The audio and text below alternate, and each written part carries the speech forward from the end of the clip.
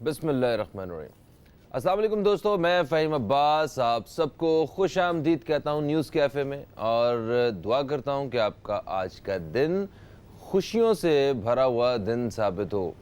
اچھا، آج کا دن ویسے ہمارے لیے ایک خاص دن بھی ہے، وہ اس حوالے سے بھی کہ آج پاکستان بھر میں 4 روزہ ایک کیمپین شروع ہوئی ہے پولیو کے خاتمے کے لیے۔ تو یہ پولیو کے خاتمے کی جو کیمپین ہے یہ بڑی اہم ہے، یہ سال کی آخری کیمپین بھی ہے، اور میں اسٹڈی کر رہا تھا پولیو کے بارے میں، تو پتہ چلا کہ 1988 میں جب ایک سروے کیا گیا تو پاکستان میں تقریباً جو پولیو سے متاثر جو لوگ تھے وہ 3.5 لاکھ جو ہے نا وہ کیسز جو ہے رپورٹ ہوئے تھے۔ تو مطلب یہ بہت بڑی تعداد تھی، اور یہ آہستہ آہستہ ہم نے اس کو بالکل اپنے مطلب پولیو کے خاتمے کی طرف ہم لوگ آ چکے ہیں، اور 2014 سے لے کے ابھی تک 97% جو ہے وہ کمی آئی ہے پولیو کے مریضوں میں۔ مگر پھر بھی اس وقت پوری دنیا میں تقریباً 28 لوگ جو ہیں وہ رپورٹ کیے گئے ہیں کہ ان کو پولیو ہے، اور مطلب جو ابھی نئے جو پولیو کے پیشنٹس جو ہیں تو اس میں 8 لوگ جو ہیں وہ پاکستان سے آئے ہیں۔ تو یہ ایک اچھی بات نہیں ہے، حالانکہ ہم نے کافی زیادہ اس پہ ایفرٹ کی ہے، اور آپ کو یہ بتاتا چلوں کہ یہ جو ابھی جو آخری جو چند ایک جو یہ کیسز رپورٹ ہوئے ہیں ان کا تعلق جو ہے ان کیسز کا وہ پاکستان کے بڑے شہروں میں سے ہے، جیسے کہ سکھر ہے، کراچی ہے، پشاور ہے، مردان ہے، لاہور، راولپنڈی اور اسلام آباد۔ ہمیں سب کو مل کے پولیو کو شکست دینا ہوگی۔ پوری دنیا میں صرف 3 ممالک ہیں جہاں پہ آج بھی پولیو ہے، اور ان 3 ممالک میں ہمارا نام آتا ہے، جو کہ بالکل اچھی بات نہیں ہے۔ ہمارے ہاں جو تعلیم کا جو معیار ہے وہ دوسرے ممالک سے، وہ جہاں پہ پولیو جو آج بھی ایگزسٹ کرتا ہے وہاں سے بہتر ہے۔ ہمارے لوگ واقعی اتنے باشعور ہیں کہ وہ اگر ذمہ داری لیں، اگر وہ کوشش کریں، ذمہ داری لیں تو اس کو ختم کر سکتے ہیں۔ یہ سال کی آخری کیمپین ضرور ہے، ہماری دعا ہے کہ یہ پاکستان میں پولیو کی آخری کیمپین ہو۔ جس طرح بین الاقوامی ادارے پوری دنیا سے پولیو کو ختم کرنے کی ذمہ داری لے کے کام کر رہے ہیں، اسی طرح پاکستانی ادارے جو ہیں، پاکستانی حکومت جو ہے وہ بھی اس کو ختم کرنے کی پوری کوشش میں لگی ہوئی ہے۔ اور اس دفعہ میں آپ کو بتاؤں کہ تقریباً جتنے بھی پولیو کے خلاف جو اس وقت پاکستان میں بچے ہیں نا، 3 کروڑ اور 80 لاکھ ہیں، اور 3 کروڑ 80 لاکھ بچوں کو پولیو کے قطرے پلانے کی اس مہم میں 2,70,000 صحت محافظ بھی ساتھ جائیں گے، مطلب جو ان کو سیکیورٹی دیں گے۔ اور یہ کتنے افسوس کی بات ہے کہ ایک تو بچوں کا جو مستقبل ہے اس کو محفوظ بنانے کے لیے گھر گھر خود جا کے پولیو کے قطرے پلائے جاتے ہیں، اور انہی کی جان جو ہے وہ محفوظ نہیں ہے۔ کچھ ایسی طاقتیں موجود ہیں جو ان کو راستے میں ہی مطلب وہ پولیو کے قطرے پلانے جاتے ہیں ورکرز، اور ان کی جان لے لی جاتی ہے۔ مطلب کئی ایسے واقعات ہوئے ہیں، ہمیں کتنے افسوس کی بات ہے، اور کتنا ایک عجیب سا پیغام وہ پوری دنیا میں پہنچتا ہوگا۔ اور مجھے تو پھر سمجھ نہیں آتی کہ لوگ اس چیز کو سیریس کیوں نہیں لیتے ہیں۔ جس دن ہم نے سیریس لے لیا اس بات کو، سنجیدگی سے اس بات کو اپنے دماغ میں بٹھا لیا کہ واقعی اس سے پوری دنیا میں ہمارے ملک کی ایک بے عزتی ہے، ایک مطلب اچھی آواز ملک کی باہر نہیں جاتی ہے کہ پولیو آج بھی ایگزسٹ کرتا ہے، اور ہم لوگ خود اپنے بچوں کو پولیو کے قطرے نہیں پلاتے. کسی پولیو ورکر سے آپ کا کبھی اتفاق ہو تو یا آپ کے کوئی جاننے والوں میں کوئی اس رضاکارانہ طور پہ اگر پولیو ٹیم کے ساتھ کسی نے کام کیا ہو تو آپ ان سے پوچھئے گا. وہ آپ کو بتائیں گے کہ لوگوں کے گھروں میں بچوں کی آوازیں آ رہی ہوتی ہیں, ٹھیک ہے, چھوٹے بچوں کی. آپ دروازہ کھٹکھٹاتے ہیں, آپ ان سے کہتے ہیں کہ مجھے ہم پولیو ٹیم کی طرف سے آئے ہیں اور آپ کے بچوں کو پولیو کے قطرے پلانے. ان کا پہلا سوال اور پہلا جواب ان کا, ہمارے گھر میں کوئی 5 سال سے کم عمر کا بچہ نہیں ہے. اور پھر اگر آپ نے انہیں مطلب اگر یہ جواب نہیں آیا تو فوراً یہ آئے گا ہم نے پلا دیے. مطلب ہم کس کے ساتھ مطلب دشمنی کر رہے ہیں؟ یہ کیا ہے؟ اس کے پیچھے کیا مقصد ہو سکتا ہے؟ میں نے ایک میں وہ بھی پڑھ رہا تھا, سن رہا تھا کسی صاحب کو, انہوں نے ایک عجیب بات کی ہوئی تھی کہ یہ اسلام دشمن قطرے ہیں.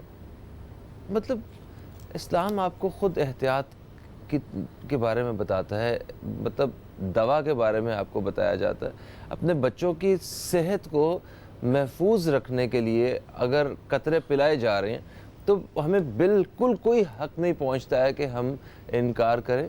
اور اگر اس حوالے سے ابھی ہم بات کریں گے پروگرام کے اگلے حصے میں کہ وہ پیرنٹس جو اپنے بچوں کو پولیو کے قطرے نہیں پلاتے ہیں وہ کس حد تک کس طرح جو ہے وہ قانون کی خلاف ورزی کر رہے ہیں. تو پولیو کے قطرے جو ہیں یہ ہم نے اپنے بچوں کو پلانے ہیں.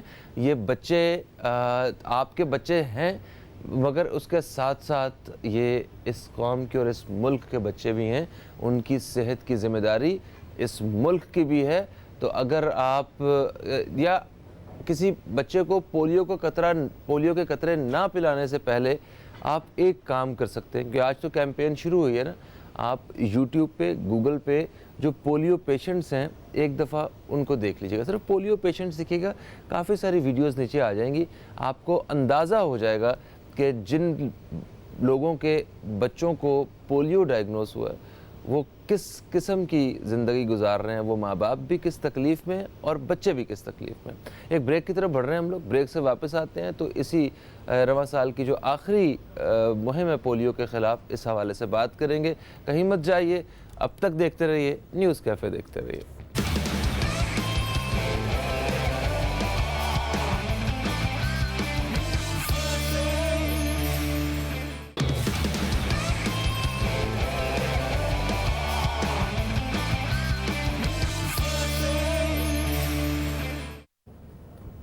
ویلکم بیک, آپ دیکھ رہے ہیں نیوز کیفے, میں ہوں فہیم عباس اور آج ہم اپنے پروگرام میں بات کر رہے ہیں پولیو کیمپین کے حوالے سے. اس سال کی آخری جو پولیو کی کیمپین ہے آج سے اس کا آغاز ہو چکا ہے. اور یہ بھی بتاتا چلوں ایک دفعہ پھر سے کہ اس وقت دنیا میں تقریباً 28 پولیو کے کیسز رپورٹ ہوئے ہیں اور اس سال 8 کیسز جو ہیں وہ پاکستان سے رپورٹ ہوئے ہیں, جو کہ ایک اچھی خبر نہیں ہے, جس میں ہم سب لوگوں کو, اس پوری قوم کو متحد ہو کے اکٹھے ہو کے پولیو کو اس دھرتی سے ختم کرنا ہے. اور اس میں ہمیں کس قسم کا ساتھ چاہیے, آج اسی حوالے سے بات ہوگی. میرے ساتھ موجود ہیں پاکستان پیپلز پارٹی کی ایک سیاسی رہنما ہیں مسرت نیازی صاحبہ, ہم آپ کو خوش آمدید کہتے ہیں. السلام علیکم. وعلیکم السلام. کیسی ہیں مسرت آپ؟ الحمدللہ بالکل ٹھیک ٹھاک. بتائیے اس کیمپین کے حوالے سے مطلب کہ کس طرح اس سے بچاؤ ممکن ہے. اب اچھا 1988 کے مقابلے میں آج نہ ہونے کے برابر ہے, کیونکہ 1988 میں 3.5 لاکھ کیسز رپورٹ ہوئے. بالکل ٹھیک ہے. اب ابھی صرف پچھلے کچھ سالوں میں 1914 سے لے کے 2014 سے لے کے ابھی تک تقریباً 97% جو ہے وہ پولیو کو ہم نے بھگا دیا, ختم کر دیا. جی ہاں, شکر ہے اللہ کر کے. اور ابھی بھی یہ 8 کیسز جو رپورٹ ہوئے ہیں اور بڑے شہروں میں جس میں کراچی, لاہور, اسلام آباد اور سکھر اس طرح کے شہر موجود ہیں. تو کیا کہتے ہیں, کیا وجوہات ہیں اس کے پیچھے؟ دیکھیے میں سمجھتی ہوں کہ جیسے آپ نے 2014 کی بات کی, اب فہیم بھائی اگر 2014 میں لیا جائے تو تقریباً پاکستان کے اندر 2014 میں 306 کیسز تھے.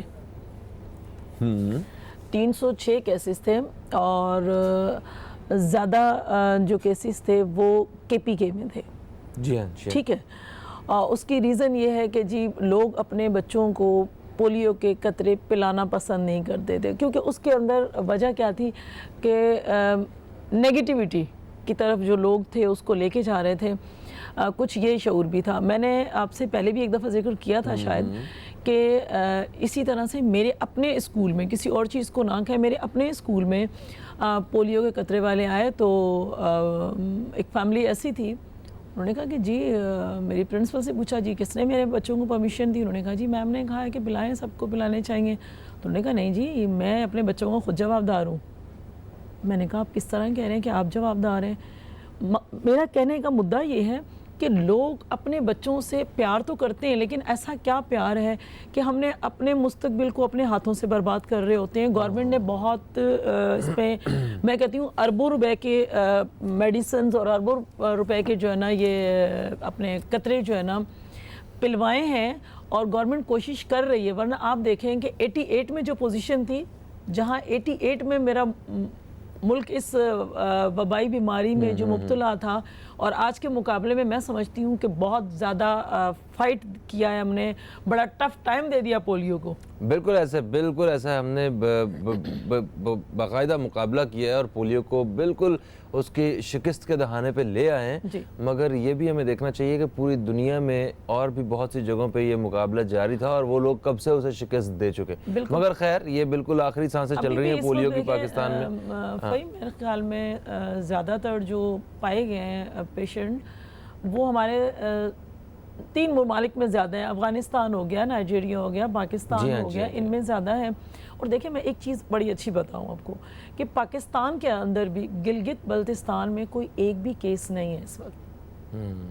ایسا ہے کہ نہیں ہے. دیکھیں وجہ یہ کہ جہاں لوگ کوآپریٹ کر رہے ہوتے ہیں اب تو خیر بہت زیادہ اویئرنیس گورنمنٹ نے گلگت بلتستان میں لٹریسی ریٹ بھی کافی بہتر ہے. کافی بہتر ہوا ہے. اچھا میں بتا رہی ہوں کہ وہ لوگ یقین جانیں کہ ان کے بچے ہیں وہ خود اس چیز کو معیوب نہیں سمجھتے, اس چیز کو برا نہیں سمجھتے. کہ اب بھی ہم پہلے سنتے تھے کہ نہیں فلاں نے بڑی اسٹرگل کی جی وہ تو ٹیبل مین می کرتا تھا اور لوگوں کی بیکری میں کام کر لیتا تھا. یعنی کہ کوئی نہ کوئی اپنی اسٹڈی کے لیے خود اپنے وسائل پیدا کر رہا ہوتا تھا.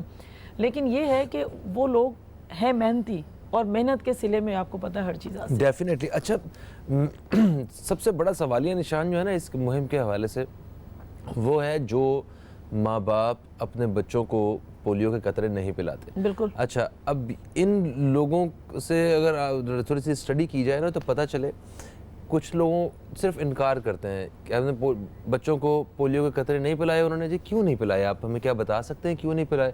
تو آگے سے کوئی سالڈ ریزن نہیں ہے. وہ بس صرف آئیں بائیں شائیں بس ہم نے بھی تو نہیں پیے تھے, پھر کہیں گے ہم نے بھی تو نہیں پیے تھے, ہم صحیح ہیں, ہمارے بچے کو کچھ نہیں ہوتا ہمارے بچے کو. اچھا نمبر 1. نمبر 2 بھائی تم کیوں نہیں پلاتے؟ بس وہ ہمارے پڑوسی بھی نہیں پلاتے, ہم بھی نہیں پلاتے, مطلب ہمارے سالڈ ریزن کوئی نہیں ہے.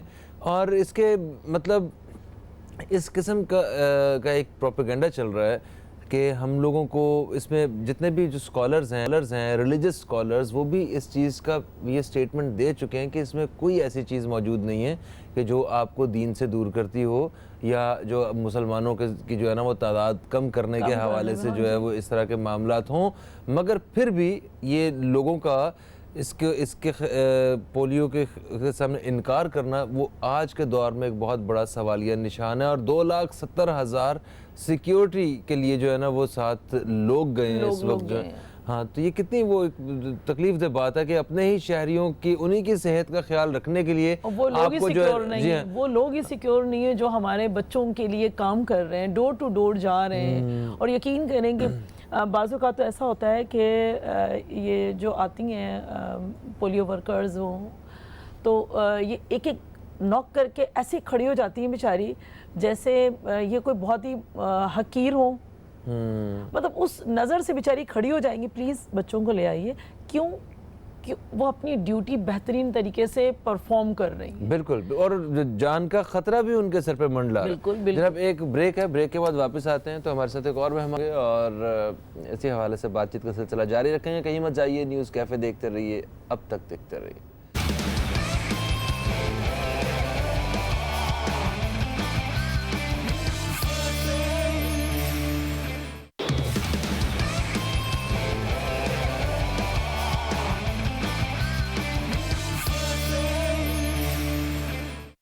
ویلکم بیک دوستو, آپ دیکھ رہے ہیں نیوز کیفے اور سال کی آخری پولیو مہم کے حوالے سے آج ہم اپنے پروگرام میں بات کر رہے ہیں. پروگرام میں ہمارے ساتھ موجود ہیں مسرت نیازی صاحبہ, جن کا تعلق پاکستان پیپلز پارٹی سے ہے, اور ابھی ہمیں جوائن کیا ہے سربلند خان صاحب نے, جو کہ خود ایک سیاسی رہنما ہے اور پاکستان تحریک انصاف سے ان کا تعلق ہے. ہم آپ کو خوش آمدید کہتے ہیں. السلام علیکم سربلند صاحب, کیسے ہیں آپ؟ الحمدللہ, آپ کیسے ہیں؟ بالکل ٹھیک ٹھاک. اچھا, پولیو کو ہم بالکل مطلب اینڈ تک لے آئے ہیں, مطلب یہ میرا اس شکست کے بالکل قریب آ چکا ہے, مگر ابھی بھی پاکستان میں ایسے لوگ ڈھونڈنا مشکل نہیں ہے جو یہ کہتے ہوں کہ جناب ہم نے اپنے بچوں کو پولیو کے قطرے نہیں پلانے, یا نہیں جی ہم نہیں پلاتے. تو اس کی کیا وجہ ہے پیچھے, ذرا اس بارے میں تھوڑا سا بیان کیجیے. بسم اللہ الرحمن الرحیم. بہت شکریہ فہیم بھائی. پولیو ایک انتہائی خطرناک مہلک مرض ہے, اور اس میں آپ نے دیکھا ہوگا کہ KPK میں جب ہماری حکومت آئی تو بڑے حالات بڑے سنگین تھے, دہشت گردی کے معاملات تھے, پولیو کے حوالے سے بھی کافی ریزرویشنز تھی, لیکن ہم نے بھی الحمدللہ وہاں وہ ڈرائیو شروع کی اور بڑی کامیابی کے ساتھ انشاءاللہ بہت قریب ہے ہم پولیو کی بنیادی طور پہ اس مرض سے چھٹکارا حاصل کرنے کے لیے. لیکن کہیں نہ کہیں تعلیمی شعور نہ ہونا, تعلیم نہ ہونا, اور جب تعلیم نہیں ہوتا تو انسان کے پاس وہ شعور نہیں ہوتا کہ جو اس کو ہونا چاہیے.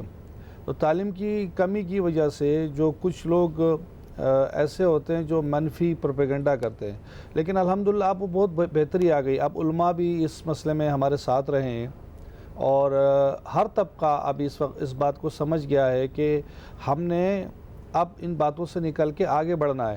اپنے بچوں کا مستقبل ہم نے سیکور کرنا ہے. کس طریقے سے ہم اپنے بچے کو مستقبل محفوظ بنا سکتے ہیں. دیکھیں نا, پولیو ایک وائرس ہے اور وہ کسی بچے کو کسی بھی ٹائم لگ سکتا ہے اور اس کے بعد ساری زندگی مفلوج ہو جاتا ہے. تو یہ بہت بڑی افسوسناک ایک سچویشن بن جاتی ہے کسی گھر میں, اس طرح کا ایک بالکل نارمل بچہ اب نارمل ہو جائے. تو اس حوالے سے ظاہر ہے کہ بچے کی اپنی زندگی متاثر ہوتی ہے, پورے گھر والوں کی, اس کے بہن بھائیوں ماں باپ سب کی زندگی, یعنی کہ ایک دل میں ایک خنقسی بھی ہوتی ہے کہ یار بچہ ہمارا معذور ہو گیا. تو اس کے حوالے سے حکومتی سطح پہ تو خیر کام ہو رہا ہے, لیکن اس میں ہر طبقے کو اپنا کردار ادا کرنا چاہیے. علماء, بالخصوص علماء کو, کیونکہ یہیں سے زیادہ تر ہمیں رجسٹنس آتی ہے کہ جب علماء کہتے ہیں تو ہمارا, چونکہ پاکستان جو ہے اسلامی ریاست ہے اور اس میں مذہبی طور رجحان بہت زیادہ پایا جاتا ہے, تو علماء وقت کا بڑا اہم کردار رہا ہے. اور اب تو طارق جمیل صاحب نے اور بڑے بڑے جو اسکالرز ہیں انہوں نے بھی اس بات کی تصدیق اور تائید کی ہے کہ پولیو کے قطرے پلانے چاہیے. طارق جمیل صاحب نے کہا ہے بالکل, اس میں کئی سیمینارز وغیرہ میں. لیکن اب اس بات کی بھی ضرورت ہے کہ ہم اس کو, یعنی کہ جس طریقے سے کمپین ڈرائیو ہو رہی ہے اس کو مزید وسعت دیں. اب علماء اس میں کردار ادا کر رہے ہیں, لیکن میرے خیال سے ابھی کوئی ایسی جگہ, کوئی ایسا علاقہ نہیں رہا کہ جہاں یہ کمپین نہیں چل پا رہی ہو. اب 100 میں سے 2, 4, 5% ایسے لوگ ہوں گے شاید جن کے ریزرویشن ہوں, لیکن وہ بھی انشاءاللہ وہ بھی اس کو آنے والا. ایک کالر ہمارے ساتھ ہیں, شامل کریں گے. السلام علیکم جی, کون ہے ہمارے ساتھ؟ جی وعلیکم فہیم, میں کراچی سے رضوانہ بات کر رہی ہوں. کراچی سے رضوانہ بات کر رہی ہیں, ہم آپ کو خوش آمدید کہتے ہیں. میں بالکل ٹھیک ہوں, آپ کیسی ہیں؟ میں بھی ٹھیک ہوں, اور آپ کا آج ٹاپک کے دل چاہا کہ آپ لوگ سے بات کی جائے. تو آپ کے گیسٹ, معزز گیسٹ بیٹھے ہیں, ان کو بھی السلام علیکم. اور میرا فہیم بھائی آپ سب سے یہ سوال ہے کہ میرے بچے ماشاءاللہ بڑے ہو گئے ہیں. میں نے بھی اپنے پولیو کو اس وقت ڈراپس پلانے جاتی تھی, بڑی دور جگہ اس وقت کیمپ لگتے تھے, وہاں میں بھاگ کے میں نے اپنے بچوں کو پولیو کے ڈراپس لایا. اب تو بہت آسانی ہو گئی ہے. اور دوسری وجہ یہ ہے کہ مطلب یہ پولیو کے میں مطلب اب آج آپ کا پروگرام دیکھ کے میرے سوال میرے ایک دم ذہن میں آیا ہے کہ ہماری حکومت جتنی بھی حکومتیں آتی رہی ہیں اس سب کو پولیو پہ بہت ان کا فوکس ہوتا ہے کہ پولیو کے ڈراپس پلانے. تو اور بھی تو ہماری بچوں کی بیماریاں ہوتی ہیں, آپ یہ دیکھیں کہ کتنی جان لیوا بیماریاں, اس پہ کوئی پریشانی نہیں ہے حکومت کو, کسی بھی حکومت کو نہیں ہے, کسی بھی لوگوں کو نہیں ہے جو پولیو کے ڈراپس پلانے پہ اتنی پابندی ہے. مطلب یہ میں پوچھنا چاہتی ہوں یہ وجہ کیا ہے اس بیماری کی نا, کیا وجہ ہے, مطلب جو اتنے ڈراپس کسی بیماری اور بھی تو جان لیوا بیماریاں ہیں, آپ ہیپاٹائٹس کے کسی چیز کی فوکس نہیں ہے سوائے پولیو کے ڈراپس, یار کہ ان کو بینیفٹ زیادہ ہے اس پولیو کو پلانے میں. کوئی بینیفٹ والی بات نہیں ہے, آپ کا سوال سمجھ گئے, ہم آپ کا سوال سمجھ گئے ہیں, آپ کو اس کا جواب دیتے ہیں. ایکچولی انٹرنیشنلی ایک پریشر ہوتا ہے اور انٹرنیشنلی کچھ چیزوں کیمپینز چل رہی ہوتی ہیں. جس طرح ایک دور میں ٹی بی تھی تو انہوں نے ٹی بی کو دنیا سے ختم کر دیا, جس میں ہم پورے دنیا کے سارے ممالک نے ساتھ دیا.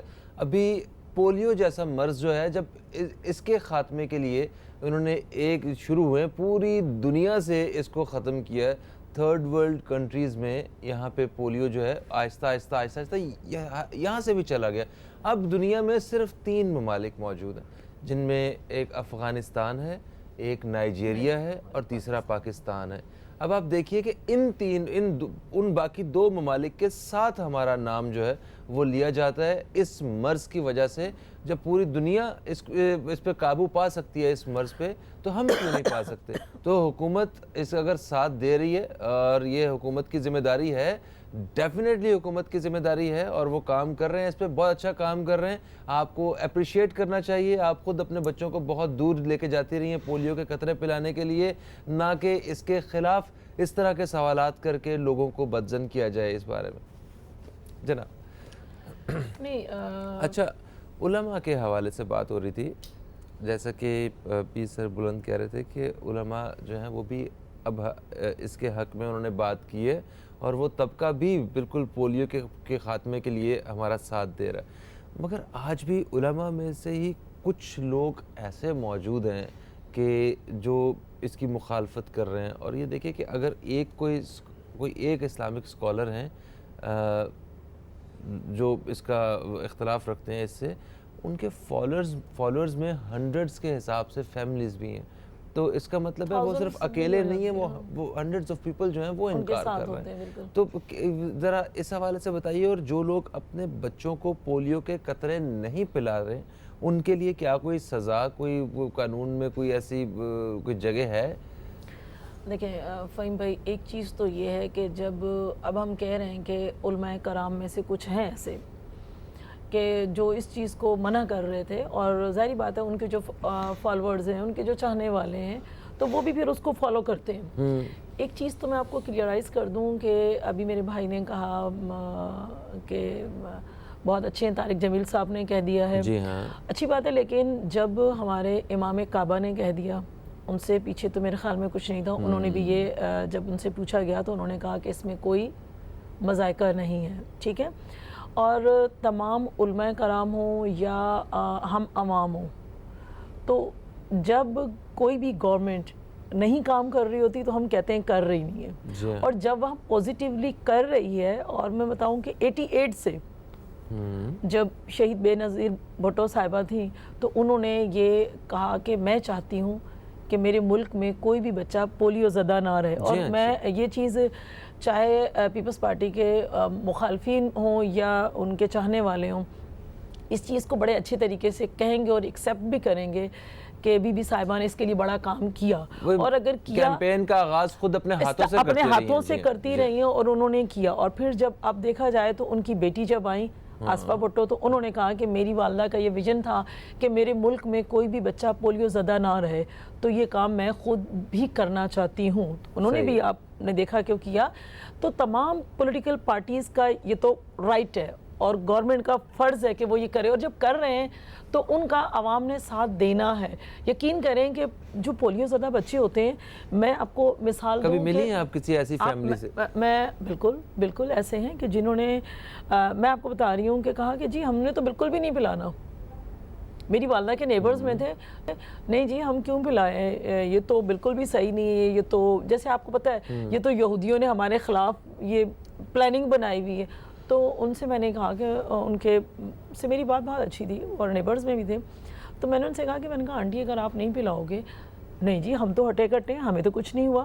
میں نے کہا آپ کو کچھ نہیں ہوا لیکن یہ پوری دنیا میں، میں نے کہا یہ دیکھیں کہ جب ہم باہر ممالک جا رہے ہوتے ہیں تو ہمیں ٹریول میں بھی ایشوز ہوتے ہیں. وہ کہتے ہیں کہ جی پولیو کے یہ قطرے پیے نہیں پیے، میں روک کے ڈراپس ہمیں، یقین کریں کہ جب ہم جا رہے ہوتے ہیں ایئرپورٹ پہ تو ڈراپس بچوں کی طرح ہمیں پلائے جائیں. اس وجہ سے کہ پاکستان کا شمار ان ممالک میں ہوتا ہے. یقین کریں لاسٹ دسمبر میں میری بیٹی نے میرے ساتھ ٹریول کر رہی تھی تو کہتی مما اٹس ناٹ اے وے نا. میں نے کہا کیوں بیٹا؟ کہنے لگے یہ کیا ہم بچوں کی طرح اور چھوٹوں کی طرح منہ کھول کے کھڑے ہو جائیں اور کوئی کنٹری تو نہیں ہے. میں نے کہا بیٹا ہمارے اندر یہ چیز ہے. ہاں تو صحیح بات ہے، ہم لوگ سبھی نمائندگی کریں گے نا، کوئی بھی ایسا کوئی مسئلہ ہوگا تو اس کا اسی طرح حل ڈھونڈا جائے گا. اس حوالے سے مزید بات کرتے ہیں جناب. ایک وقفے کا وقت پھر سے آن پہنچا ہے. وقفے کے بعد آپ سے پھر ملاقات ہو رہی ہے. کہیں مت جائیے، اب تک دیکھتے رہیے نیوز کیفے، دیکھتے رہیے.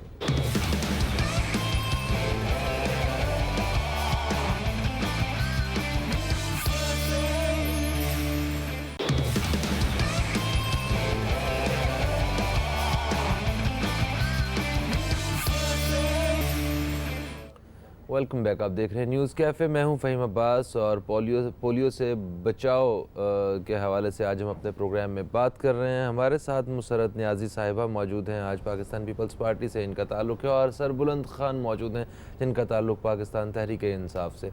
اچھا سربلند صاحب یہ بتائیے گا مجھے کہ یہ پولیو کے جو ورکرز ہیں اور پولیو کی جو کیمپین ہے، اس کو دہشت گردوں سے کیوں خطرات ہوتے ہیں؟ مطلب دہشت گردوں کو کیا مسئلہ ہے؟ مطلب اس سے ایسا بیچ میں کیا اختلاف ہے کہ وہ دشمنی کی حد تک جو ہے وہ اس کی مخالفت کر رہے ہوتے ہیں؟ آپ نے خود ہی اپنے اس میں سوال میں ہی جواب دے دیا ہے کہ دہشت گرد جب دہشت گرد ہے تو پھر دہشت گردوں کو تو تکلیف ہوگی نا. جب پاکستان بہتری کی طرف جائے گا، پولیو سے پاک ہوگا تو ان کو تو تکلیف ہے. وہ تو چاہیں گے کہ افغانستان یا نائجیریا کے تناسب سے پاکستان ہو، اور ہم تو چاہتے ہیں کہ پاکستان گروتھ کرے، دنیا میں سب سے بہترین اور سب سے، میں سمجھتا ہوں اسلامی ممالکوں میں 1 نمبر ہو. اور ہم سب کی یہ خواہش ہے.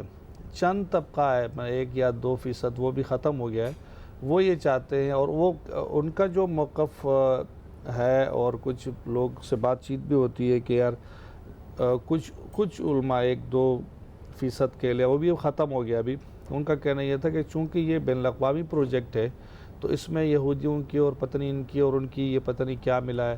تو اب وہ اویئرنیس بھی آ گئی ہے. جب میری بہن نے بات کی کہ کعبے کے امام نے جب کہہ دیا تو اس میں پھر ابہام کوئی رہا نہیں، اور اب علماء بھی اس چیز کو چلا رہے ہیں. تو دہشت گرد جب آپ دہشت گرد ہی کہہ دیتے ہیں، جب دہشت گردوں کا کام ہی ہے ملک کو نقصان پہنچانا، تو اس کاسٹ کو بھی نقصان پہنچانے کے لیے انہوں نے اس طرح کے معاملات کیے کہ پولیو ورکرز کو نشانہ بنایا. لیکن اب انشاءاللہ امن ہو گیا پاکستان میں. پاکستان کی فوج نے، پاکستان کی پولیس نے، تمام فورسز نے بڑی قربانیاں دی ہیں، عوام نے قربانیاں دی ہیں. لیکن افسوس کی بات ہے کہ بین الاقوامی طاقتیں اب تک جو ہے ہم پہ سوال کرتی ہیں. لیکن اب وہ دور بھی گزر گیا ہے. میں اس موقع سے فائدہ اٹھاتے ہوئے ہمارے خان صاحب نے، میرے خیال میں پاکستان کی تاریخ میں چند ہی ایسے لوگ گزرے ہوں گے جنہوں نے امریکہ کی آنکھوں میں آنکھیں ڈال کر ان کو اس بات کی تنبیہ کی ہے کہ آپ مزید ہمارے جب تک ہمارے اپنے ملک کے فوائد نہیں ہوں گے، ہمارے ملک کا فائدہ نہیں ہوگا، وہ کام ہم کریں گے ہی نہیں. یعنی کہ ہم ڈوم اور والی اب کہانی نہیں چلائیں گے. آپ نے ہماری سننا ہے. 70-80 ہزار ہمارے جوان شہید ہوئے ہیں، لاکھوں کی تعداد میں لوگ بے گھر ہوئے ہیں، لاکھوں کی تعداد میں لوگوں کی متاثر ہوئے ہیں. اور آپ اب سوال ہم سے کرتے ہیں کہ دہشت گردی کے حوالے سے ہم نے کیا کیا؟ ہم نے آپ کی جنگ اپنے سر پہ لی. افغانستان کی اسٹیبلٹی بھی پاکستان کا بڑا اہم کردار رہا ہے، اور افغانستان کی جو ہے وہاں امن ہی پاکستان کے مفاد میں ہے، بلکہ تمام پڑوسی ممالک کے. لیکن یہ کچھ بین الاقوامی سازشیں ہیں پاکستان کو اس طرف لے جانے کے لیے تاکہ پاکستان کہیں اسٹیبل نہ ہو، سرمایہ کاری نہ آئے، پاکستان ہمیشہ یعنی کہ کنٹروورشل رہے ان تمام معاملات میں. لیکن اب انشاءاللہ لگ رہا ہے کہ قوم ایک پیج پر ہے، تمام قوم، اور سیاسی پارٹیاں بھی اس بات کو سمجھ رہی ہے، وہ بھی اس ایک پیج پر ہے، تمام ادارے ایک پیج پر ہے کہ اس ملک کو ہم نے آگے لے کے جانا ہے. مزید اس بات کے متحمل نہیں ہو سکتے کہ اس طرح کے معاملات پہ ہم پھنسے رہیں. پولیو ایک بہت اہم کمپین ہے جس میں یہ بہت اہم ہے، اور اس میں سب جماعت بشمول تمام عوام بھی اس میں انشاءاللہ پوری تعاون کر رہی ہے، اور انشاءاللہ اس کو ہم پائے تکمیل تک اسی دور میں پہنچائیں گے انشاءاللہ. بالکل صحیح، بالکل صحیح، آپ نے صحیح کہا. ساری سیاسی پارٹیاں اور جتنی بھی ہماری حکومتیں رہی ہیں وہ اس بات پہ بالکل متفق رہی ہیں کہ انہیں پولیو کے خاتمے کے لیے اپنا کردار ادا کرنا ہے. اور وزیر اعظم عمران خان صاحب نے بھی یہ کہا ہے کہ قوم آگے بڑھے اور پولیو کے خاتمے کی ذمہ داری لے، کیونکہ جس دن قوم کا پورا ساتھ اس کو خاتمے کے لیے ہمیں مل گیا اس وقت یہاں سے پولیو ختم ہو چکا ہوگا. اور ہندوستان، انڈیا، اس کی آبادی 1 ارب سے زیادہ ہے. ہم سے وہ کم سے کم 6-7 گنا زیادہ، 6-7 گنا ہے. انہوں نے اپنے ملک سے پولیو کو ختم کر دیا. آج بنگلہ دیش میں پولیو نہیں. ٹھیک ہے، بے شمار آپ کو ایسے ممالک جو نظر آتے ہیں نا، جو کہ بڑے غریب ملک ہیں، بڑے جہاں لٹریسی ریٹ جو ہے وہ بہت لو ہے، اور بھی بے شمار مسائل کے لیے کبھی ہم ذکر سنتے ہیں، تو ان میں وہ ممالک بھی اپنے ملک سے پولیو کو ختم کر چکے ہیں. تو ہمیں بھی اس کے اوپر کام کرنا ہے. اور بے شک آپ کے بچوں کو اگر پولیو کے قطرے پہلے پلائے جا چکے ہیں، آپ نے دوبارہ پھر ان کو پولیو کے قطرے پلانے ہیں. تو یہ ایک ہمیں اپنی ذمہ داری سمجھنی ہے.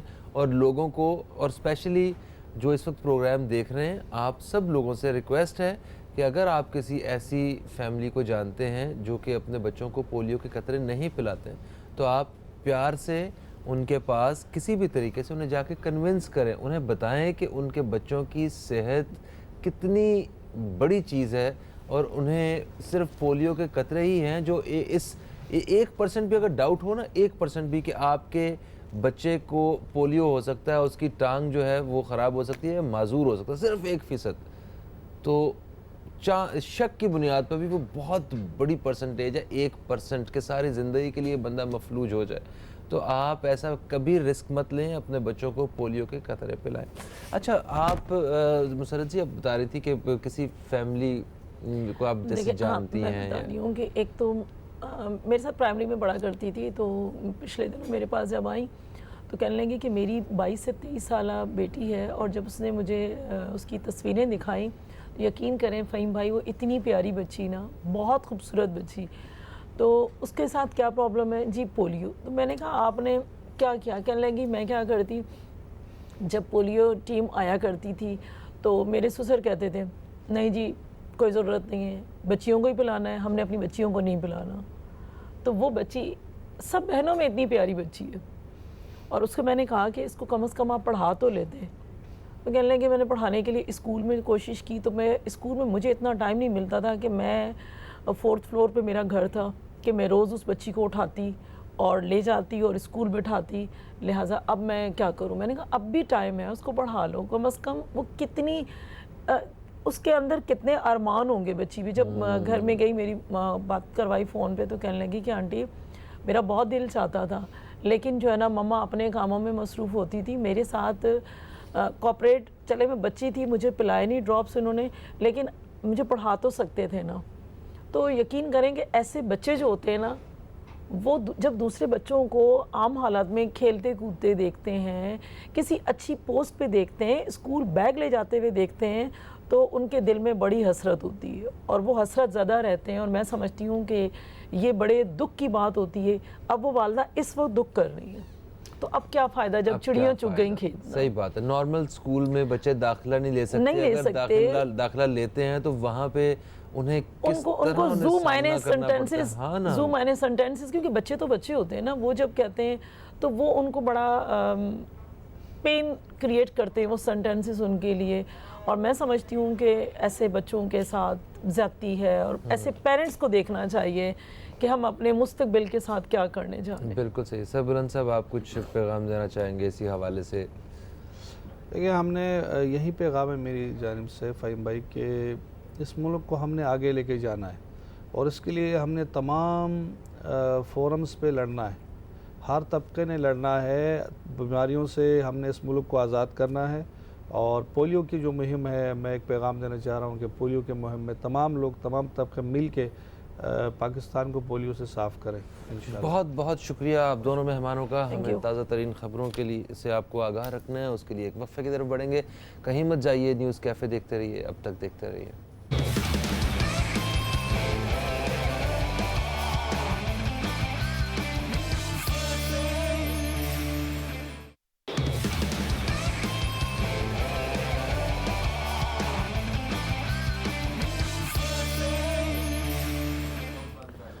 ویلکم بیک، آپ دیکھ رہے ہیں نیوز کیفے، میں ہوں فہیم عباس۔ پروگرام کے دوسرے حصے میں ہم داخل ہو چکے ہیں اور پروگرام کے دوسرے حصے میں ہمارے ساتھ ایک بہت ہی اہم شخصیت موجود ہیں۔ ہربل ٹریٹمنٹ کے حوالے سے ایک اپنی پہچان خود ہیں، حکیم عبدالغفار آغا صاحب، ہم آپ کو خوش آمدید کہتے ہیں۔ السلام علیکم، گڈ مارننگ، کیسے ہیں آپ؟ الحمدللہ، اللہ کا بہت احسان ہے۔ میں دوستوں کو یہ بھی بتا دوں کہ آج پروگرام کا یہ حصہ پیش کیا جا رہا ہے اسلامک شہد سینٹر کی جانب سے، تو جتنے بھی آج کالرز ہوں گے، اگر وہ شہد کی افادیت کے حوالے سے ہمیں کوئی بھی اپنی ایک آزمودہ کوئی نسخہ جو ان کی فیملی میں جو شہد کو جس طرح وہ استعمال کرتے ہیں، یا خاندانی طور پہ کوئی اگر بات ان کی چلتی آ رہی ہے اس طرح کی، تو وہ اگر وہ شیئر کریں گے ہمارے ساتھ باقی سارے لوگوں کے ساتھ، تو انہیں اسلامک شہد سینٹر کی جانب سے ایک شہد کا تحفہ انہیں دیا جائے گا۔ اچھا، آج ہم اپنے پروگرام میں خاص طور پہ بات کریں گے سٹمک اور لیور کے حوالے سے، نظام انہضام کی بہتری کے حوالے سے بات کریں گے، کیونکہ آغا صاحب کے مطابق 100 بیماریوں کی جو جڑ ہے وہ ہمارا یہ معدہ ہے، ٹھیک ہے۔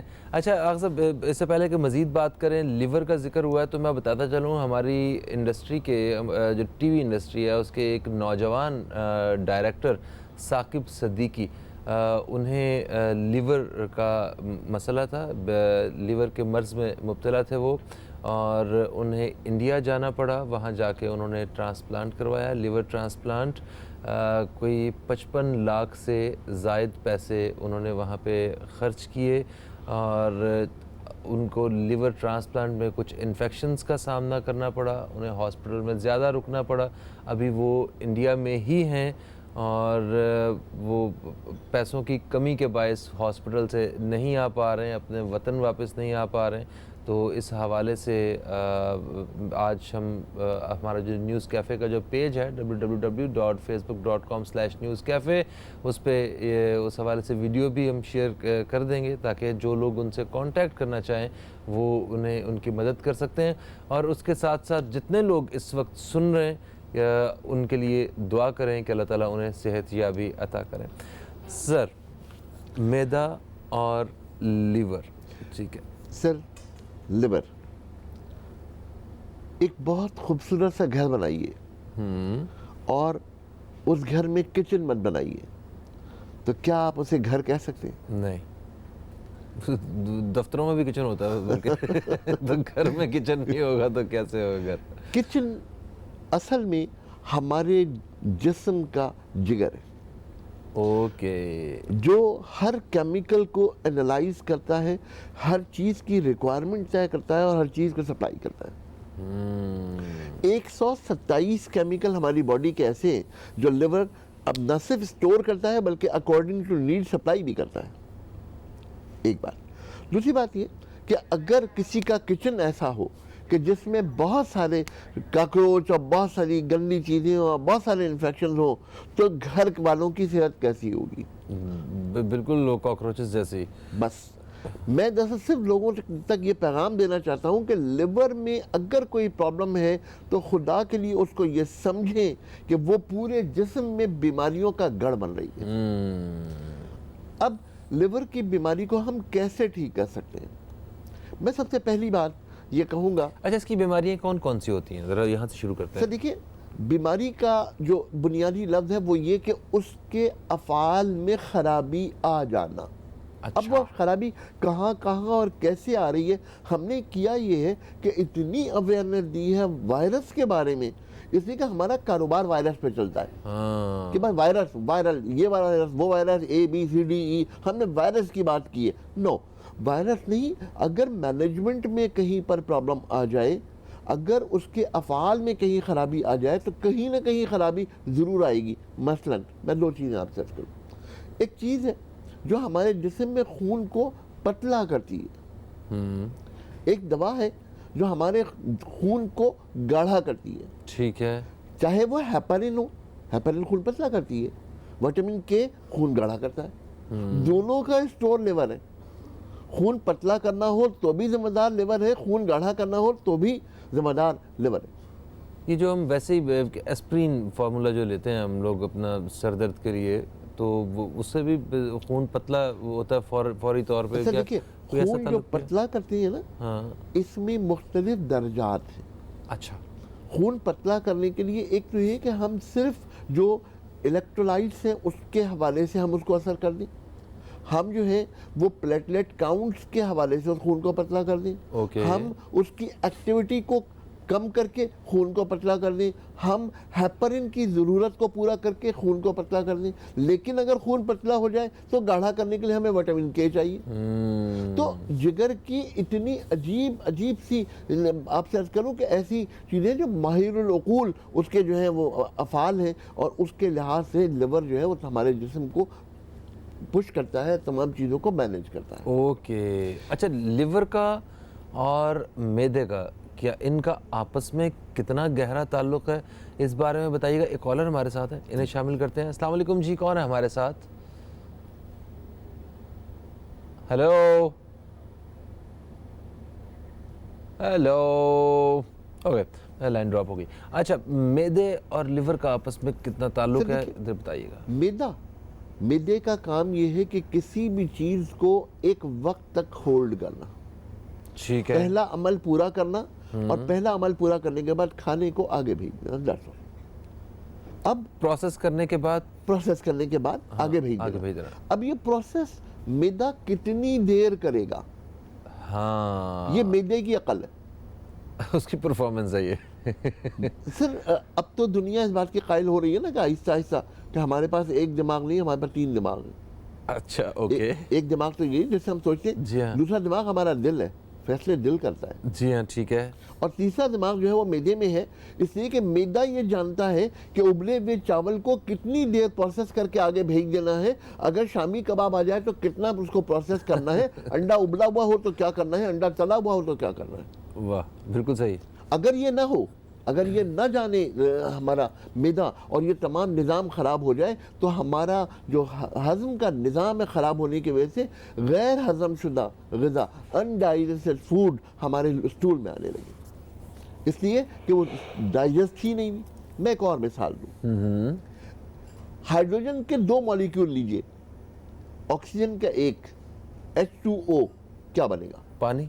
اور اگر مالیکیول ایک ہو، ہائیڈروجن کا ایک ہی آکسیجن کا ہو، تو پھر کیا بنے گا؟ گیس. یس. اب بات یہ کہ صرف اس مالیکیول کے فرق سے ہم ایک سے دوسری چیز پر چلے گئے. تو اسی طرح معدے کی یہ ذمہ داری ہے کہ اکارڈنگ ٹو یور فوڈ وہ ان تمام انزائمز کو پیدا کرے. Okay, great. سر ایک کالر ہمارے ساتھ ہیں، شامل کر رہے ہیں. السلام علیکم جی، کون ہے ہمارے ساتھ؟ السلام علیکم. وعلیکم السلام. یوسف انکل، ابھی آپ کی کال سے پہلے، بلکہ پروگرام شروع ہونے سے پہلے ہم نے آپ کو یاد کیا تھا کہ یوسف انکل کا 2 دن پہلے والا سوال ابھی باقی ہے. چلیں، بڑی نوازش. لیکن اس کے علاوہ اگر جب آغا صاحب محترم معزز بہت ہی احترام کے ساتھ، بہت ہی پیار کے ساتھ، السلام علیکم. وعلیکم السلام ورحمۃ اللہ وبرکاتہ. بس ٹی وی کا والیوم کم کر لیں، بہت ہی پیار اور محبت کے ساتھ. میں ابھی کر لیتا ہوں. ہیلو جی، اب بتائیے. ہاں، میں یہ کہہ رہا تھا کہ جیسے معلومات کے لیے تو آغا صاحب کی باتیں تو پرمرض ہوتی ہیں، لیکن ایک عام آدمی کی حیثیت سے میں معلوم کرنا چاہتا ہوں کہ آغا صاحب جو کیمیکل ہمارا لیور بناتا ہے، جس کا جو آج آپ کا موضوع ہے، تو اگر اس کے لیے ایک فیکٹری قائم کی جائے تو کیا پاسبل ہے کہ وہ فیکٹری اتنے کیمیکل بنا سکے؟ اور کتنا رقبہ چاہیے گا اس کے لیے. اور عموماً فیٹی لیور کا بڑا تماشا چلا ہوا ہے, ہر ڈاکٹر فیٹی لیور کر کے مختلف دوائیاں دیتا ہے. آپ اس سلسلے میں کیا ارشاد فرماتے؟ بہت شکریہ. بہت شکریہ یوسف انکل, بہت ہی عمدہ سوال آپ لے کے آئے ہیں. ابھی اسی کے ساتھ ہی ہم ایک چھوٹا سا وقفہ بھی لے کے آئے ہیں آپ کے لیے. ایک بریک کے بعد ہم واپس آ رہے ہیں اور اسی سوال سے ہم جو ہے نا پروگرام کو آگے بڑھائیں گے. کہیں مت جائیے, نیوز کیفے دیکھتے رہیے, اب تک دیکھتے رہیے.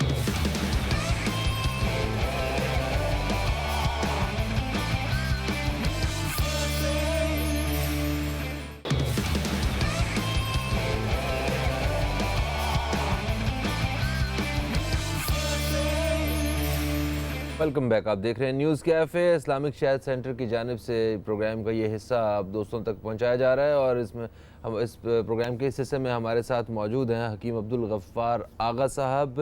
وقفے سے پہلے یوسف صاحب موجود تھے جنہوں نے یہ کہا کہ لیور جو کیمیکل پروڈیوس کرتا ہے, اگر وہ کیمیکل پروڈیوس کیے جائیں تو کتنی بڑی زمین پہ کتنی بڑی فیکٹری لگانی پڑے ہمیں, اور اس کے ساتھ ساتھ انہوں نے فیٹی لیور کا کچھ ذکر کیا تھا. میرا اپنا خیال یہ ہے کہ اگر تمام کیمیکلز کو پراپر بنایا جائے, میں نہیں سمجھتا کہ یہ 2-4 پاکستان اس کے لیے کافی ہوں گے. ارے بہت رقبہ چاہیے. واو سر, ایک سیل, صرف ایک سیل, اس کی کارکردگی یہ ہے کہ وہ آپ کی زندگی کو تباہ کر دیتا ہے, اور ایک سیل کی ہی کارکردگی ان تمام چیزوں کو واپس لے آتی ہے جو تباہ ہو گئی ہیں. اور اس کا ثبوت یہ ہے کہ آج کل پوری دنیا میں اسٹیم سیل ٹیکنالوجی آ گئی. جی ہاں, جی ہاں. کیا ہے یہ؟ سر بات یہ ہے کہ ہم اس میں سے انالائز کر کے بلڈ میں سے, آپ ہی کے بلڈ میں سے انالائز کر کے ایک جو پازیٹیو سیل ہوتا ہے جو سب سے اسٹرانگ ہوتا ہے وہ نکالتے ہیں, باڈی میں ڈال دیتے ہیں, وہ پورے نظام کو دوبارہ واپس لے آتا ہے. وہ جس طرح وہ جب مدر سیل ہوتا ہے نا, اس طرح کی اس کی ہوتی ہے. آپ یہ دیکھیے کیا ہے یہ سب وہی قدرت کا, کائنات کا, اس اللہ رب العزت کی وہ تمام چیزیں ہیں جس کی وجہ سے, جس سے ہم آج فائدہ اٹھا رہے ہیں, اور یہ تمام چیزیں موجود ہیں. بالکل صحیح. فیٹی لیور, اچھا فیٹی لیور پہ بات کرتے ہوئے میں 2 چیزیں آپ سے کروں.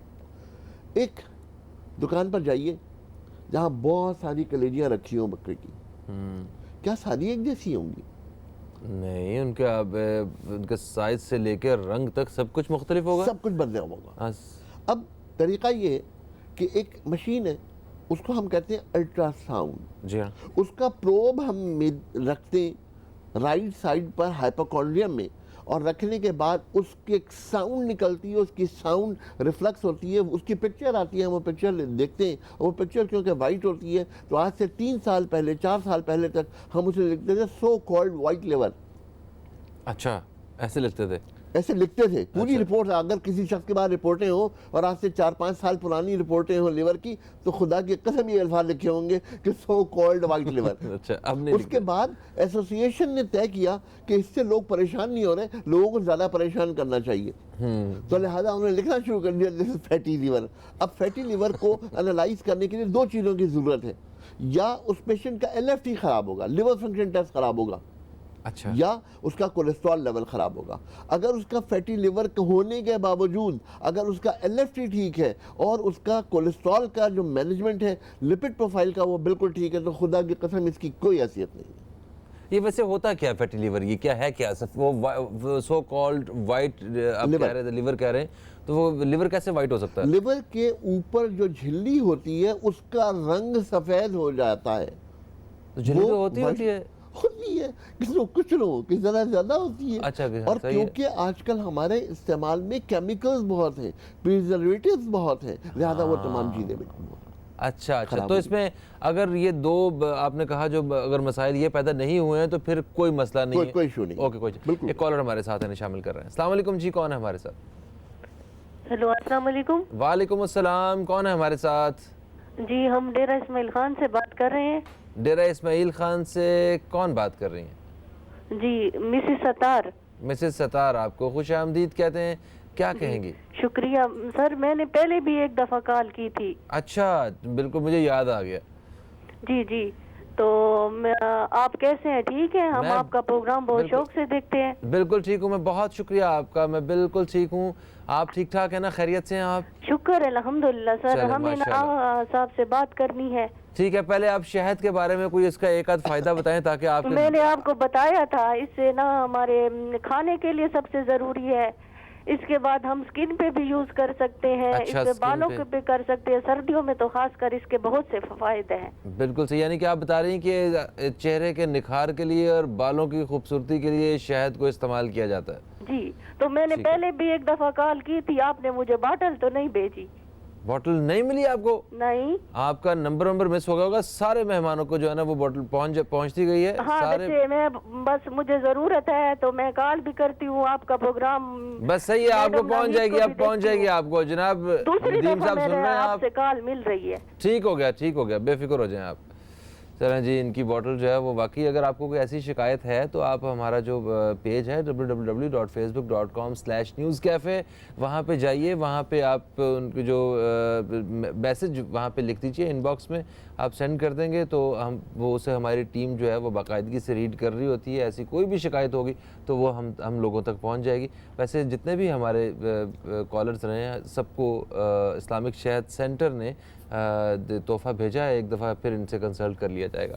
اچھا جی، تو ہم بات کر رہے تھے لیور کی۔ لیور۔ اب لیور میں مختلف قسم کے ٹاکسنز جمع ہو جاتے ہیں، اچھا، زہریلے مادے۔ عام طور پر یہ زہریلے مادے کیوں جمع ہوتے ہیں کہ ہمارے ہاں جو ہے وہ بہت ساری چیزیں ایسی ہیں جو ہم کیمیکل کے طور پر استعمال کرتے ہیں، اور آج پوری دنیا یہ کہہ رہی ہے کہ جو پریزرویٹیوز ہم استعمال کرتے ہیں کسی بھی چیز کو محفوظ کرنے کے لیے، وہ جگر کے افعال کو نقصان پہنچاتا ہے، اور اسی لیے ہمارے معاشرے میں کینسر کی بہت زیادہ پیشنٹس کی زیادتی ہوتی ہے۔ تو کوئی قدرتی چیز ایسی جس سے ہم کسی کھانے کی چیز کو پرزرو کر سکیں؟ اس حوالے میں بریک کی آواز آ گئی ہے، مجھے پتہ ہے بڑے غلط ٹائم پہ آئی ہے، مگر چلیں ایک چھوٹی سی بریک کے بعد ہم آپ دوستوں کی خدمت میں دوبارہ حاضر ہو رہے ہیں۔ کہیں مت جائیے، اب تک دیکھتے رہیے نیوز کیفے، دیکھتے رہیے۔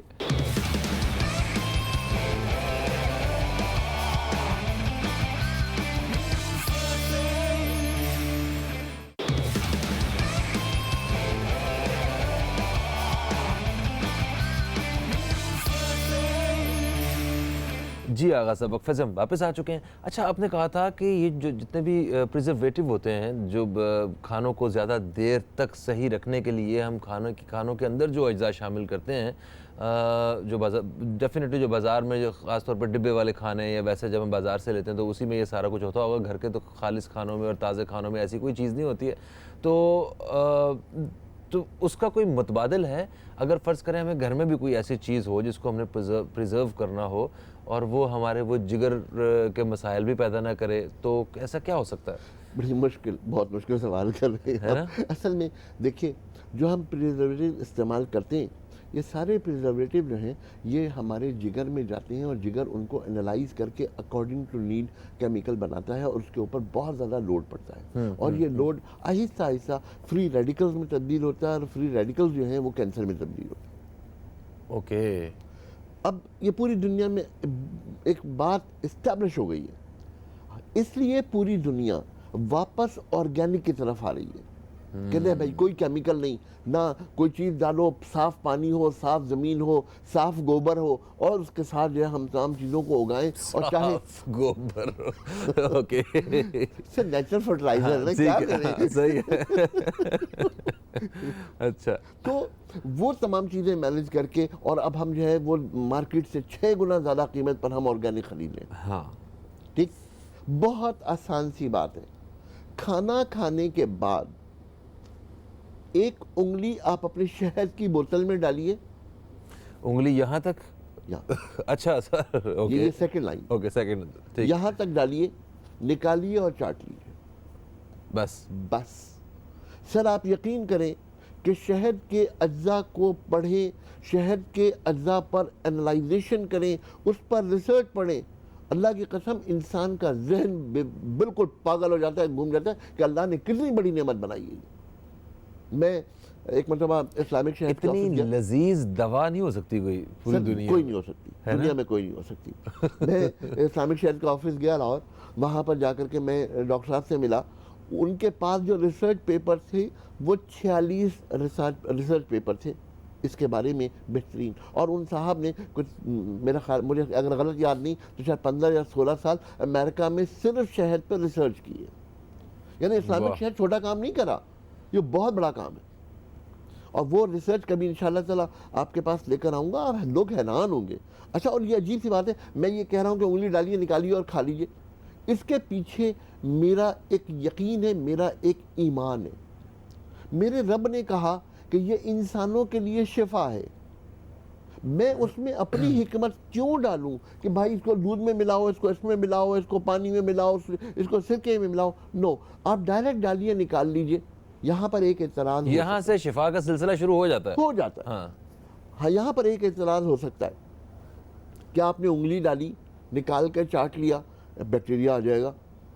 ہم لوگ بیکٹیریا سے بہت ڈرتے ہیں نا. جی. اگر انگلی ڈالنے سے بیکٹیریا شہد میں زندہ رہے تو پھر وہ شہد کیوں ہے؟ اگر شہد خالص ہے تو بیکٹیریا اس کے اندر زندہ رہے گا کیسے؟ اور اسلامک شہد کی جو خوبی ہے سب سے بڑی وہ یہی ہے کہ وہ خالص ہے, اس میں بیکٹیریا زندہ رہ نہیں سکتا. حتیٰ کہ تاریخ یہ کہتی ہے کہ کسی چیز کو آپ محفوظ کرنا چاہتے ہیں, آپ اس کو شہد کی بوٹل میں ڈال دیجئے, وہ چیز محفوظ ہو جائے گی صدیوں کے لیے. پریزرویٹو یعنی کہ یہ شہد ہے. یس, بہت بڑا شہد. اوکے. اچھا, پھر وہ انگلی چاٹنے کے حوالے سے مجھے وہ یاد آ رہا ہے کہ طب نبوی کے حوالے سے اگر دیکھا جائے تو ہاتھ سے کھانا کھا کے بعد میں انگلیاں چوسنے کی کا جو ذکر ملتا ہے ہمیں, تو اس میں حکمت پہ بھی آپ اس کی تائید کرتے ہیں؟ اسلام کا دیا ہوا کوئی اصول سر تبصرے کے قابل بھی نہیں ہے, وہ لوہے پہ لکیر ہے, آفاقی پیغام ہے, اس میں کوئی وہ نہیں ہے. آپ نے فرمایا آپ عقل لڑاتے رہیے, اینڈ آف دا ڈے آپ کو پتہ چلے گا کہ ان کونوں میں ایک ایسا کیمیکل موجود ہے جو آپ کے نظام ہضم کو بہتر کر کے, ہضم کے نظام میں خوبی لا کر کے, بہتری لا کر کے آپ کے صحت کو بہتر کر دے گا. اس کے اندر وہ کیمیکل موجود ہے. اگر آپ کھانا کھانے کے بعد انگلی چاٹتے ہیں تو یہ وہ چیز ہے جو آپ کے ہضم کے نظام کو بہتر کرتی ہے. ٹھیک ہے, اور اس سے پہلے ضروری یہ بھی ہے کھانا کھانے سے پہلے ہاتھ اچھی طرح دھوئے بھی جائیں. ہاتھ دھونے کے بعد ایک اور بات امپورٹنٹ ہے, کھانا کھانے سے پہلے اگر آپ ہاتھ دھو رہے ہیں تو ہاتھ دھونے کے بعد آپ نے تولیہ استعمال نہیں کرنا. اچھا, انہیں خشک ہونے دیں. نہ, خشک بھی نہیں ہونے دیں, بس آپ نے دھو لیا اینڈ دیٹس آل, آپ کھانے پر آ جائیے. اچھا, کہ اگر آپ نے تولیہ استعمال کیا تو تولیہ کا بیکٹیریا آپ کے ہاتھ میں لگ جائے گا, جو اصل مقصد وہ ختم ہو جائے گا. اوکے. تو بہت تو یہ جو ٹیشو والا دور چل رہا ہے آج, ٹیشو پیپر کس چیز سے بنتا ہے؟ کاغذ سے, کاغذ لکڑی سے, کچرے سے, ردی سے, تو بہت ساری چیزیں. کالر ہمارے ساتھ ہیں جنہیں شامل کریں گے. السلام علیکم جی, کون ہے ہمارے ساتھ؟ وعلیکم السلام, ریاض خان بول رہا ہوں کراچی سے. جی ریاض خان صاحب, آپ کو خوش آمدید کہتے ہیں, کیا کہیں گے؟ سر جی, پہلے تو شہد کے فوائد کہیں گے کیونکہ شہد آج آپ دے رہے ہیں تو میری آج ناشتے میں میں متی. پہلے مجھے بتائیں کتنی بوتلیں آپ تک پہنچ چکی ہیں؟ ماشاءاللہ 2 بوتلیں پہنچ چکی ہیں, اور تقریباً فیملی ہماری بہت خوش ہے. زبردست شہد ہے اسلامک شہد کا. اور آج ایک اور ریاض صاحب کسی دوسروں کو بھی موقع دیں آپ شہد جیتنے کا, مگر خیر. سر یہ تو نصیب کی بات ہے, جس کی کال مل جائے وہ آ کے لے جائے, فوائد بتائے اور لے جائے. ٹھیک ہے, چلیے.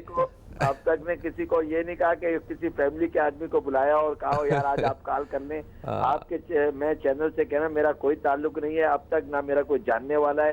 اچھا, ویسے مجھے شک ہونا شروع ہو گیا ویسے, پتہ ہے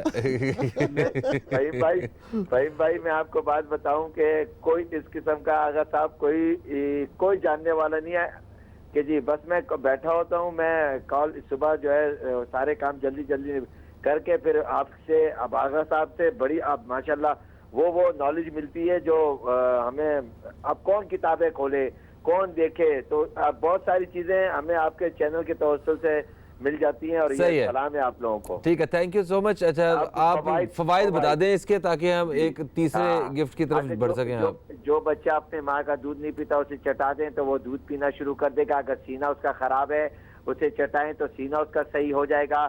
اور اگر وہ اسے قبض ہے, کسی کو قبض ہے تو وہ شہد کا لے تو انشاءاللہ تعالیٰ قبض بھی اس کو نہیں رہے گی. یہ 3 فوائد میں نے بتا دیا. بوتل 1 ملے گی, 3 نہیں ملے گی, مجھے پتا ہے. مگر یہ تیسری ہوگی اگر یہ آغا صاحب نے ان تینوں نسخوں کی جو ہے نا وہ تصدیق کر دی تو. آغا صاحب ایسا ہی ہے مرض کی دوا میں کیسے انکار کروں. ٹھیک ہے, بہت شکریہ جی. اور اس کے علاوہ آپ کو بتاتے چلیں مسز ستار نے ہمیں فون کیا تھا ڈیرہ اسماعیل خان سے, کہ ڈیرہ غازی خان سے, کہاں سے؟ ڈیرہ اسماعیل خان سے. آپ کیونکہ ڈیرہ اسماعیل خان میں اسلامک شہد سینٹر کی کوئی برانچ موجود نہیں ہے, میں نے ابھی وقفے میں پوچھا تھا, تو پرسوں سے آپ کا جو تحفہ جو ہے وہ کوریئر ہو چکا ہے, ٹھیک ہے, یعنی کہ وہ بھیج چکے ہیں, شاید آج آپ کو مل جائے. اچھا جی, تو یہ ہم نے بات شہد کی ہو رہی تھی, اور شہد میں کتنی چیزیں موجود ہیں اور کس طرح یہ تمام چیزیں ہمارے جسم پر عمل کرتی ہیں. اب بڑا دور ہے ڈی ٹاکس کا, کہ ہم اپنے لیور کو ڈی ٹاکس کیسے کریں. دیکھیں, ڈی ٹاکس کرنے کے لیے جو بنیادی آج کل ریسرچ ہے وہ یہ ہے کہ وٹامن سی. ڈی ٹاکس کا مطلب ہم اب کچھ اجزاء نکال رہے ہیں, ہمارے کیا نکال رہے ہیں؟ لیور میں جو ٹاکسنز جمع ہو گئے ہیں. ٹاکسنز کیا زہر ہوتا ہے؟ یہ مختلف قسم کے زہر. مثلا جو ہم پریزرویٹو کھا رہے ہیں, یہ پریزرویٹو جو ہیں یہ بھی تو زہر ہے نا, زہر کی ایک فارم ہے. تو یہ جتنے بھی ٹاکسنز جمع ہو رہے ہیں, ٹاکسنز کو واش کرنے کے لیے ایک ایسی دوا جو لیور کو ہیلپ آؤٹ کرے, and that is vitamin C. ٹھیک ہے. اب اگر مختلف چیزوں میں آپ دیکھیں, اور ڈیٹاکس واٹر اور یہ وہ دنیا بھر کی ساری چیزیں دیکھیں, ہاں ایک چیز کامن ہوگی, وہ ہے وٹامن سی. اب اگر میں دوسری طب کی بات کروں, آیورویدا کی, تو وہ ایک دوا استعمال کرتے ہیں, اس دوا کا نام ہے آملہ.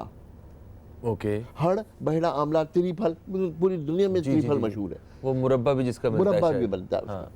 آملہ کا ایک پیس اگر آپ لیں تو اس میں 1600 IU وٹامن سی موجود ہے, جو دنیا میں کسی بھی چیز میں موجود نہیں ہے. اتنا زیادہ ہے. یہ آملہ کے مربع کی بات کر رہے ہیں آپ؟ جی ہاں, آملہ کے. اچھا. اور اس کو ڈرائی کر لینے کے باوجود وہ وٹامن سی ضائع نہیں ہوتا. واہ. تو اب اگر ہڑ بہڑا آملہ تریپھل اگر ملا کر کے اگر استعمال کیا جائے تو یہ بہترین اینٹی ٹاکسن ہے ہماری باڈی کے لیے. اچھا, اس میں میٹھا اتنا زیادہ ہوتا ہے تو کیا وہ نقصان دہ نہیں ہے؟ دیکھیے, وہ جو آپ جس کی بات کریں مربے کی, تو مربے میں ہوتا یہ ہے کہ اس کو شیرے میں ڈال کر کے پکاتے ہیں تاکہ وہ پریزرو ہو جائے. اچھا. اور وہ جو اس کے اندر جو مٹھاس ہے وہ دراصل اس شیرے کی ہے. اگر آپ ویسے آملہ کھائیں تو میرا نہیں خیال کہ ایک عام آدمی اسی طرح آملہ کھا سکتا ہے. بہت کھٹا ہوتا ہے, بہت کھٹا ہوتا ہے. اچھا, وہ اس لیے اسے مٹھاس تاکہ وہ نیوٹرل ہو جائے. لیکن اس کی خوبی یہ ہے کہ اس کی جو وٹامن سی ہے وہ ضائع نہیں ہوتی. ضائع نہیں ہوتی. اوکے, ٹھیک ہے. وٹامن سی کے حوالے سے آج کل تو ویسے کینو موسمی کا بھی ایک وہ سیزن آیا ہوا ہے, تو بہترین قدرت کا پھل ہے. کھانا چاہیے, اس کا جوس نہیں پینا چاہیے. جوس نہیں پینا چاہیے اس کا؟ نہیں, جوس پیئے, اچھا ہے, لیکن یہ کہ جوس سے جو خوبیاں اس کو ملیں گی اس سے زیادہ ملیں گی کہ اگر آپ اس کو خود کھائیں.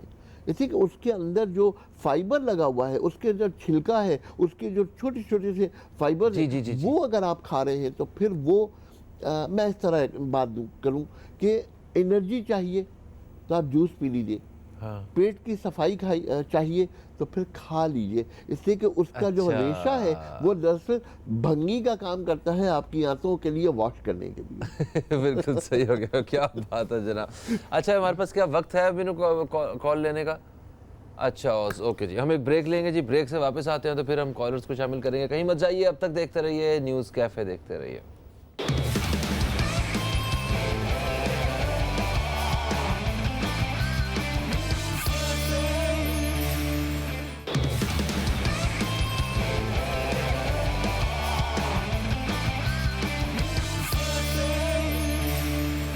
Welcome back.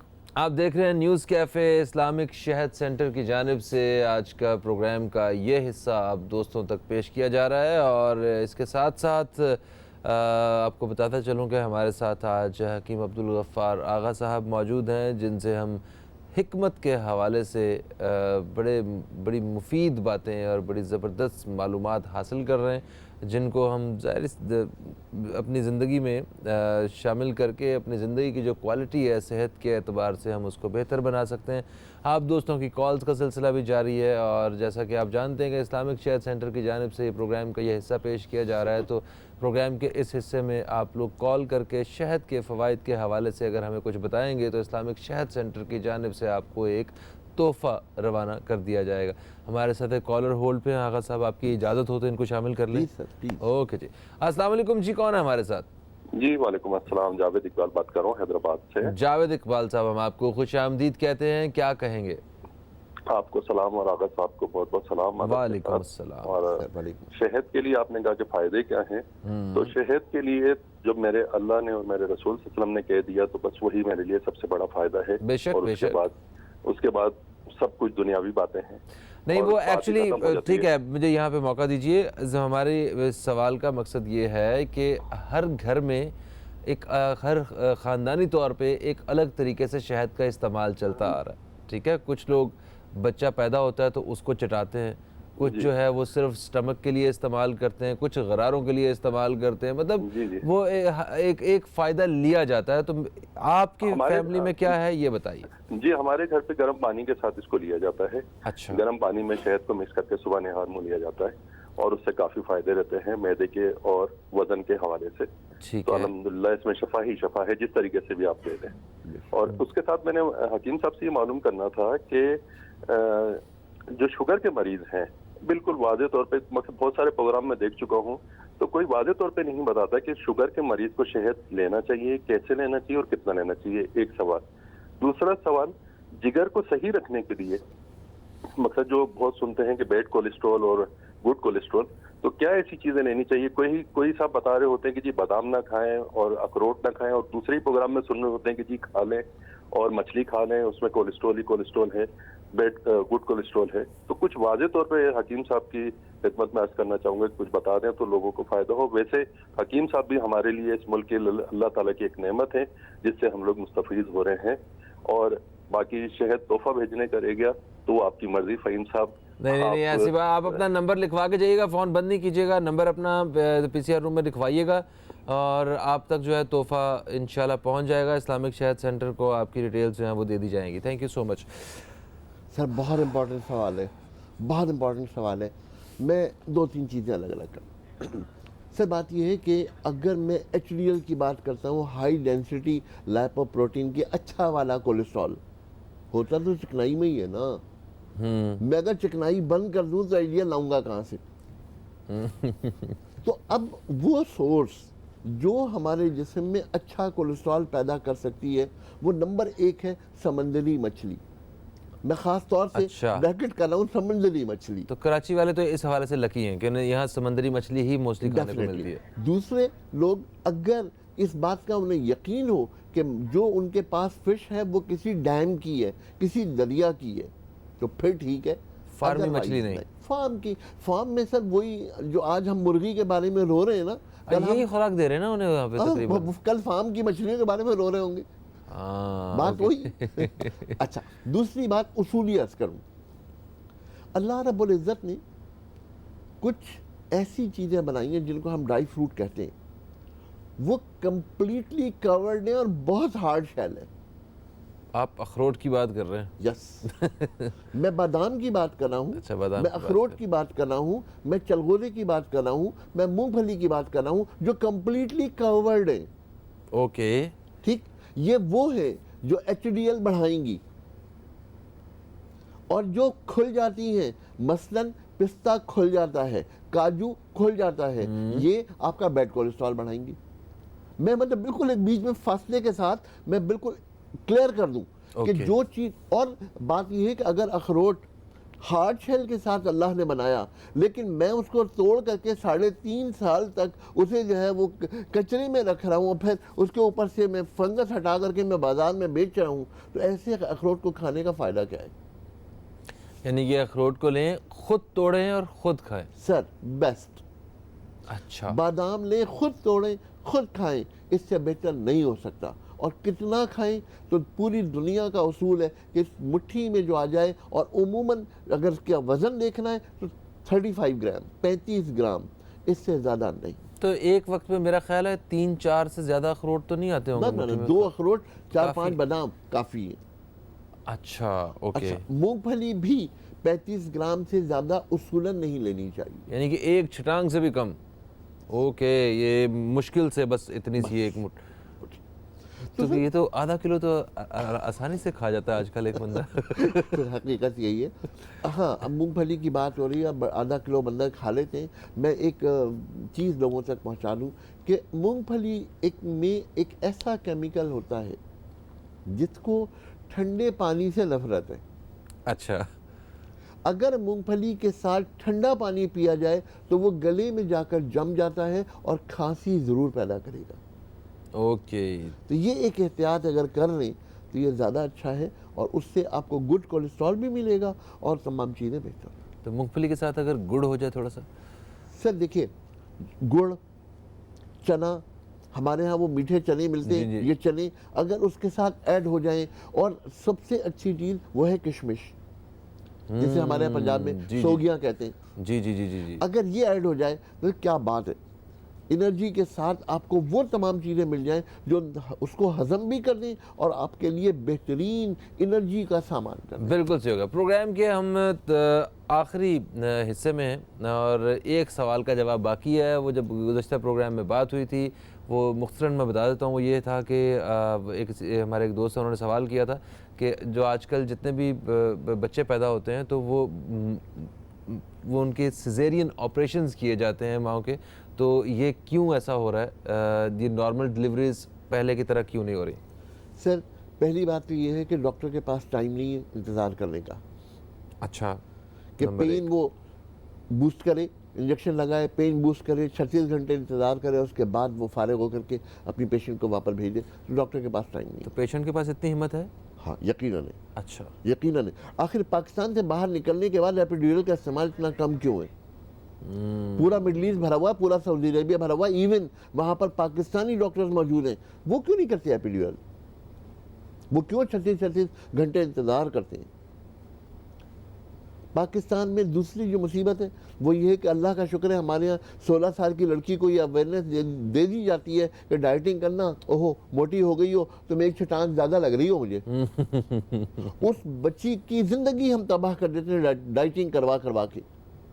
ہم نے پہلے بھی آپ سے بات کی تھی، میں دوبارہ یہ بات کرتا ہوں کہ ہمارا جو میٹابولک ریٹ ہے جب تک کہ یہ بہتر نہیں ہوگا، اچھا نہیں ہوگا، وزن کم نہیں ہوگا. اگر ہمیں اپنا بہتر رکھنا ہے ہیلتھ کو تو پھر ہمیں میٹابولک ریٹ کو بہتر کرنا ہوگا. وزن کم کرنے کے لیے ڈائٹنگ کو مینیج کرنا ہوگا، 5 ٹائم ان اے ڈے کھانا لینا ہوگا، تمام چیزیں بہتر ہوں گی. اور ایک لڑکی اگر ماں بنتی ہے تو اس کے لیے انرجی جو چاہیے وہ انرجی اس کے جسم میں دینی ہوگی. تھینک یو سو مچ آغا صاحب. پروگرام کا وقت اپنے اختتام کی طرف پہنچ چکا. آپ دوستوں کو بتاتا چلوں کہ آپ اب تک سے متعلق جتنے بھی پروگرامز اور جتنے بھی خبریں دیکھنا چاہتے ہیں تو اس کے لیے آپ ایک ایپ ڈاؤن لوڈ کر سکتے ہیں جو کہ ایپ سٹور سے اور گوگل پلے سٹور سے آپ کو آسانی سے مل جائے گی. آپ اسے ڈاؤن لوڈ کیجئے اور اب تک کے ساتھ جڑے رہیے. فہیم عباس کو نیوز کیفے ٹیم کو دیں اجازت. آپ دوستوں سے پھر ملاقات ہوگی. تب تک کے لیے خدا حافظ. پاکستان زندہ باد.